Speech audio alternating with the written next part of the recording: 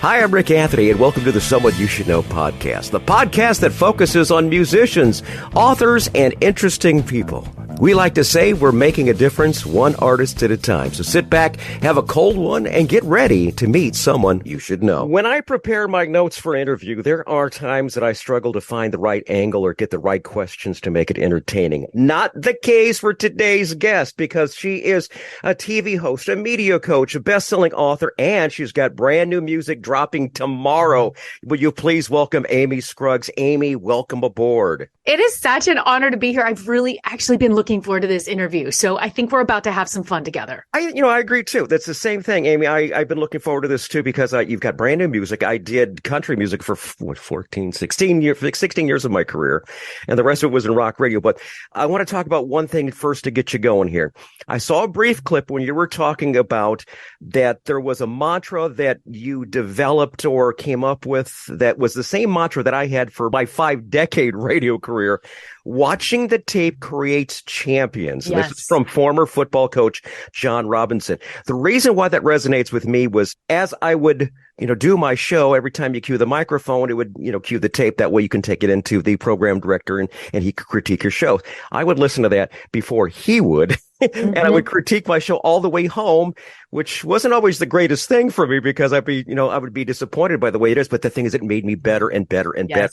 And that was also something that I did when I became a program director, was to coach my talent to make sure that they had the right formatics, the right delivery and everything. How did this become part of your mantra? It happened for me starting to tour when the music really took off for me in 2007, 2008. And I was out there doing live performances, but with live performances, you're going to radio stations, you're doing radio, and I'm on the morning TV shows in every town I went to. So I found out very quickly that I better review the tape and find out what it is I'm representing, because I was green to this as well. Being a performer and putting myself out there in the music and with the band behind me, there's a sense of comfort and you're feeding off the audience. But when you put yourself in a situation to be interviewed or the lights and cameras come on, I had to learn that skill. And I love what you just shared, because if I didn't watch it back, then I didn't know. And so it was a really great in the fire education for me that I had no idea years later was going to really pay off as a TV host and working with other professionals. At the time, it was just to make sure that I was bringing my best to everything I was doing. Awesome. Very good. Many listeners will know you from your CNBC shows, the American Dream TV, Retiring Right TV, Veterans One TV, Financing the American Dream. These all resonate with me, Amy, because one, I was a 20-year Air Force veteran, retired from that, and I just recently retired from my 5-decade career of being in radio. So these things resonate with me. For anyone who's not familiar with these shows, what will people see when they check it out? Well, first, I want to reach through here and just give you a giant hug. Thank you. I'm also the daughter of an Air Force veteran. My father served from 1961 to 1965. I spent years as the spokesperson for the American veterans for the state of California. So that's very, very, very dear to me. So thank you so much. The shows, as you asked about, were a fantastic experience that I was able to do for 5 years. The American Dream TV focused on entrepreneurs, community leaders, hyper focusing on different communities around the country. So it aired on different networks based on what city it was in and where it was being aired at that time. But it was a tremendous opportunity for me to sit there and say, here's my chance to help others have their moment. I have my moments on the stage and the things that I get to do, but this allowed me to work with professionals, work with people that are running nonprofits and really doing great things for the community to say, let me help you tell your story. Let me help you get that message out there in an effective way. And it allowed me to really get behind the seat in production and knowing what it's like to really produce something from start to finish behind the scenes. And so it was an incredible learning curve for 5 years. I sat in the driver's seat there with those shows and kind of weaved in and out and learned about myself, learned about others, and really expanded my network and my visibility at the same time. Everything you said there is exactly what the Someone You Should Know podcast is all about. I had my time in the limelight, and I got to a point where my ego, we were listening to these my air check tapes and such, and I got to a point where my ego was driving me and it wasn't going good. So I actually had a coming to Jesus talk, and I said, listen, this is what's going on. How can I wreck this? And out of the blue, there came this kind of almost like a thunderous roar, like help others before you help yourself. And that's what this show is all about. It's all about, like the name of the show, someone you should know. It's someone you should know. These people are talented individuals. Either they're writers, or they're musicians, or they're just interesting people that people need to know about. So that's what this show is all about. And I've been in the limelight. I don't need that. So let me be the platform to share and to grow others. And that's what this is all about. You are also an author. Your best-selling book, Lights, Camera, Action, is geared toward who, Amy? Well, what's so fun about that is if I had answered that question in 2017-18, I would have just said business leaders and entrepreneurs. But 2020 hit and everybody in the world went on camera. And I watched the experience that I had and what I was doing to help professionals in a more strategic way to everyone. Teachers were having to teach virtually.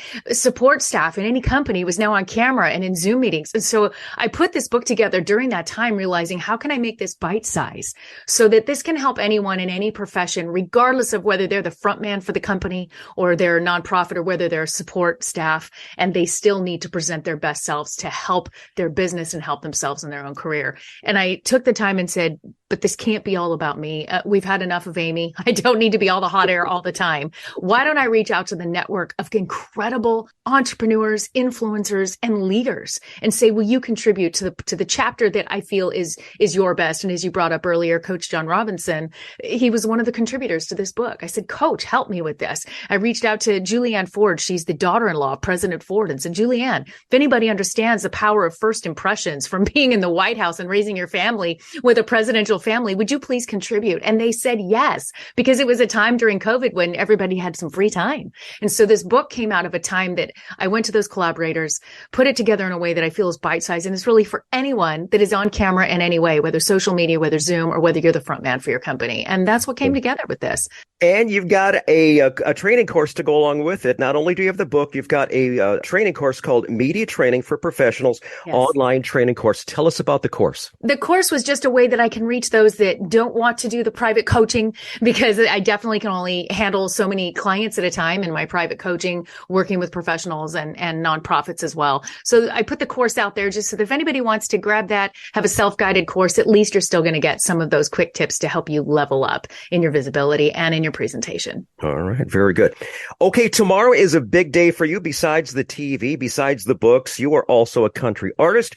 Brand new single dropping from the EP, Love Another Day. It happens tomorrow, and it's called Something to Believe In. That's the name of the single. What is the story behind the single? There were 5 songs for this EP, and it was hard. We went through 1,000 songs between the producer and my A&R rep and myself. We went through 1,000 songs that were pitched to us from Nashville to choose those 5. So every one of them is extremely special to me and has a message. And every one of them is positive. This is the last one. And I kind of what I call saving the best for last, because Something to Believe In is a message about anyone that has believed in you. This could be to a teacher, a mentor, a parent, a best friend, anyone that came in and said, I believe in you. I'm going to lift you up and I'm going to walk you through. And this is that thank you song for saying, thank you for believing in me. And so Something to Believe In it is a really fun favorite. It was the producer's favorite, Fred Mullen. He loved this one. I loved it when I first heard it. It was actually a male demo, a male writer and demo. So I had to really think about how I would deliver it as a female artist. And I've waited a year to release this one. What If It All Goes Right came out first a year ago. And so I waited strategically so that each song would really have a life of their own, and to now start 2023 saying thank you to those that have believed in me. And that is really my song of thank you to those that have been in my life a long time and said, I believe in you. All right. The song drops tomorrow. I'm going to give you a brief sample of it right now. Check this out. And it was you.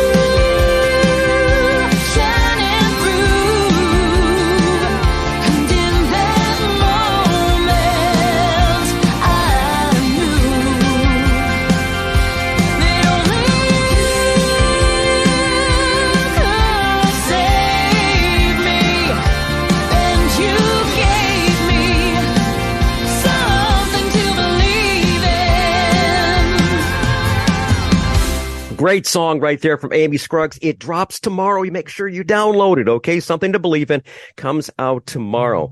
Now, being a country musician, you've had the honor of opening for many well-known acts. What's your high water mark to date? Would you say opening for a particular artist, playing a specific venue? What would you say is the high water mark today?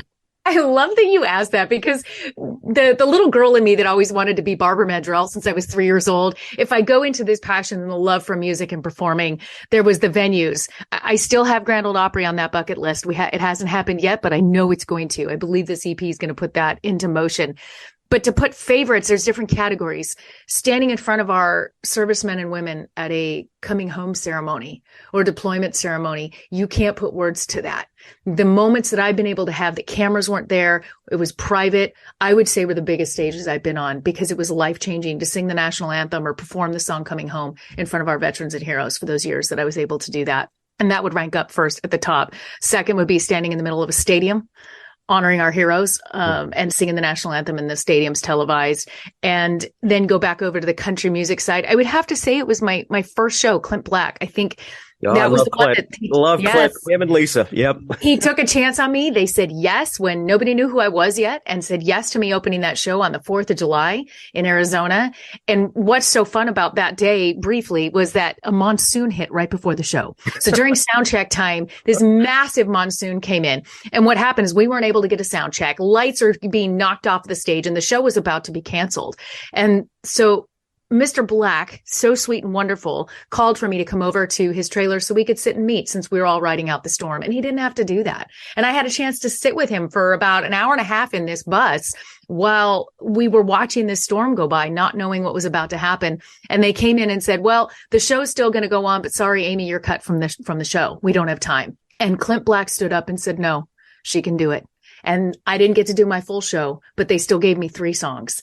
And I just thought that was the classiest thing. Here I was, an unknown. He could have just easily been like, yeah, it's just another night, another show. And he didn't. And I will never forget his graciousness at making that happen because that show launched everything else I was able to do after that. I've had the great honor of talking to him twice, and each time he's been just one of those real humble individuals who really and truly doesn't get up on a stage and say, I'm Clint Black and I've had these great songs. He's just basically, he's sitting with you at a picnic table talking about, it's just that kind of guy. Yes. It just amazes me. The next feature I was going to include here, which probably you've just answered that, is a feature that we love to include. It is called Tales from the Road. These are those infamous road stories of getting to a gig, something that happened at a gig. I'm guessing that might be your Tales from the Road. Oh, no, I have a bigger one for you if you have a minute. Go for it.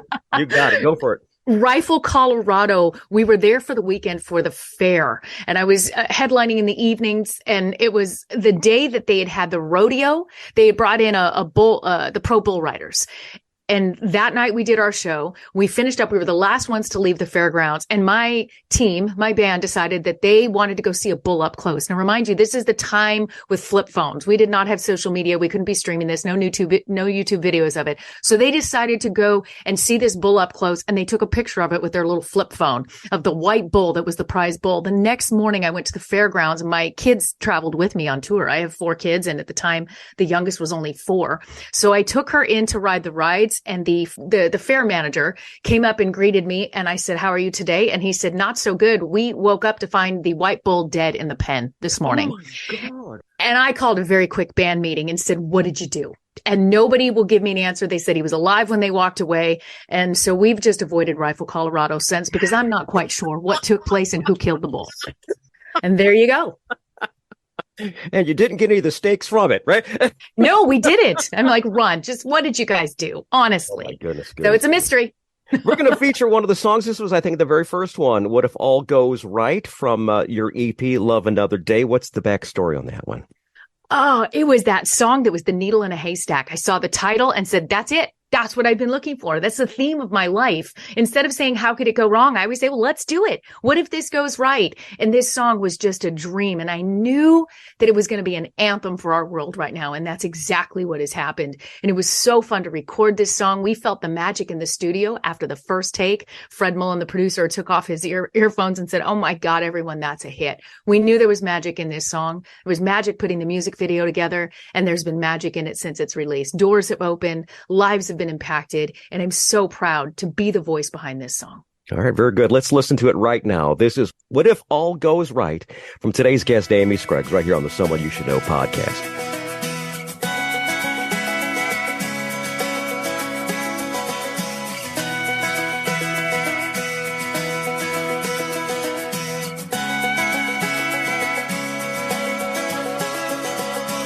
What if that road that you're taking's a dead end? What if love leaves you all jaded and broken? What if that limb breaks your climbing out on? Yeah, what if it all goes wrong? But what if it all goes right? What if it all works out? What if the stars line up and good luck rains down? What if you chase your dream and it changes your whole life? Yeah, what if it all goes right?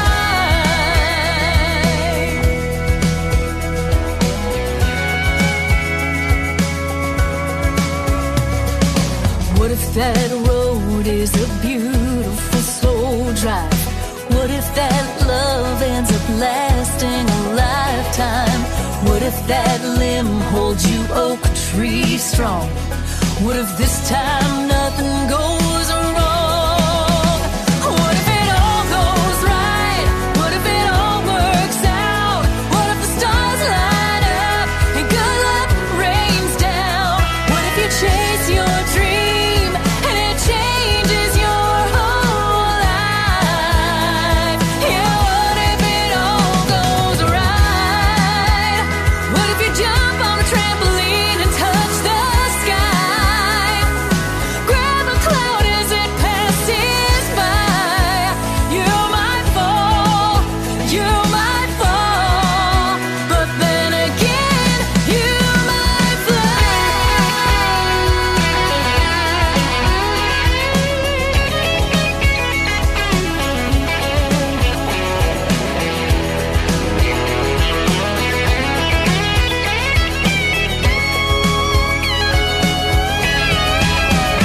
What if it all goes right? What if it all works out? What if the stars line up and good luck rains down? What if you chase your dream and it changes your whole life?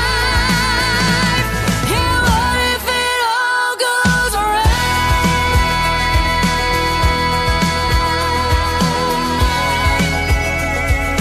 What if it all goes right?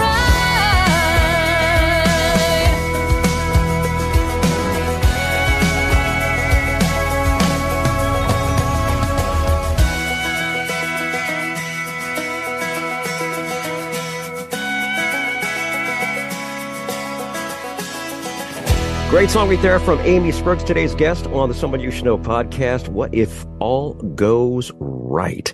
Amy, let's talk about your backup band and those performed on the singles. Who's doing what on the band?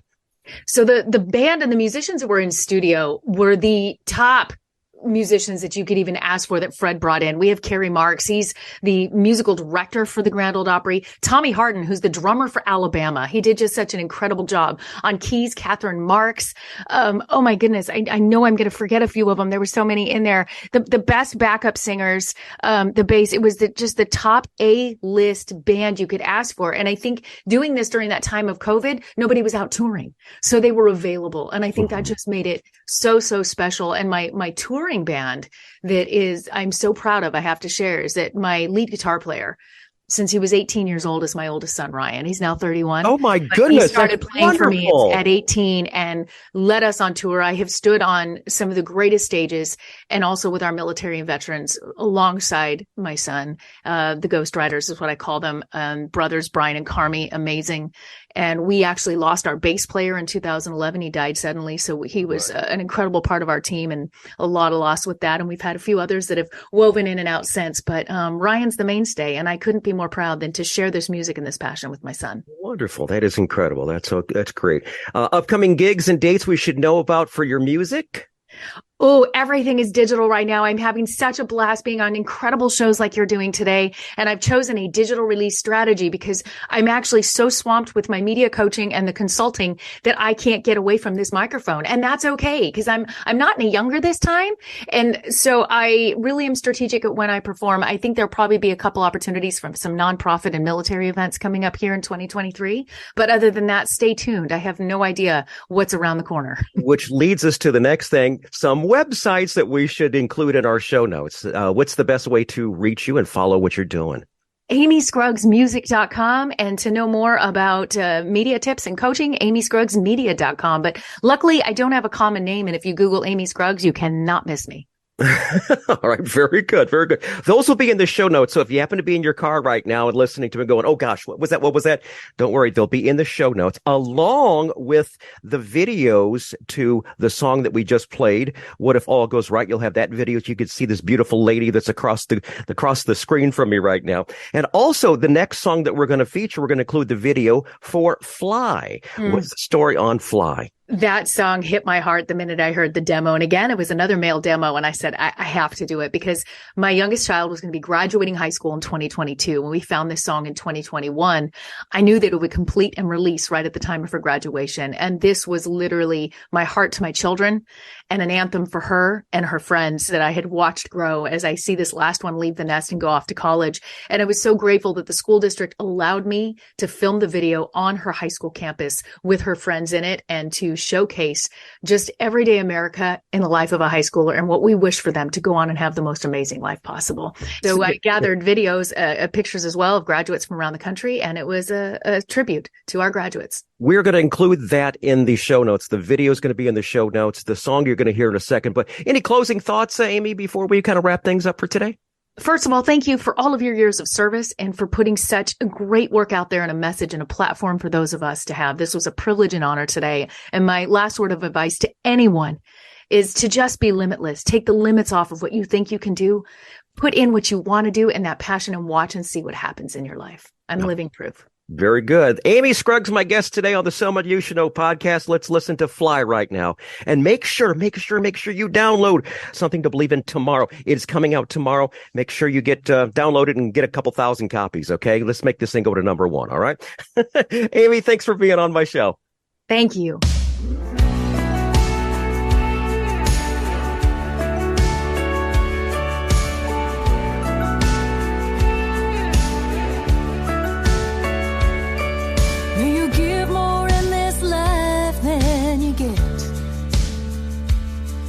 May you leave with more memories than regrets. May your friends be many and your enemies few.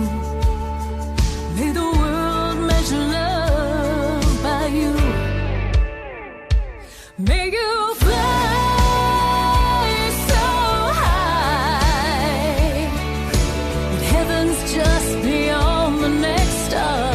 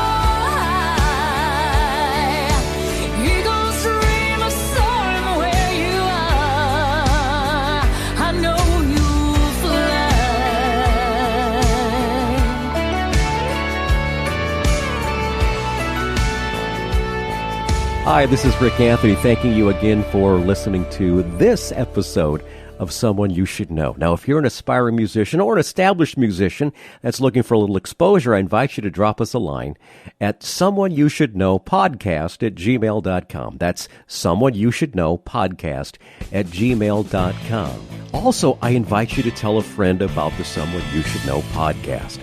I thank you for tuning in this time, and I invite you to check us out next time on the Someone You Should Know podcast, because you never know who's going to show up. Until next time, remember, God loves you, and so do I.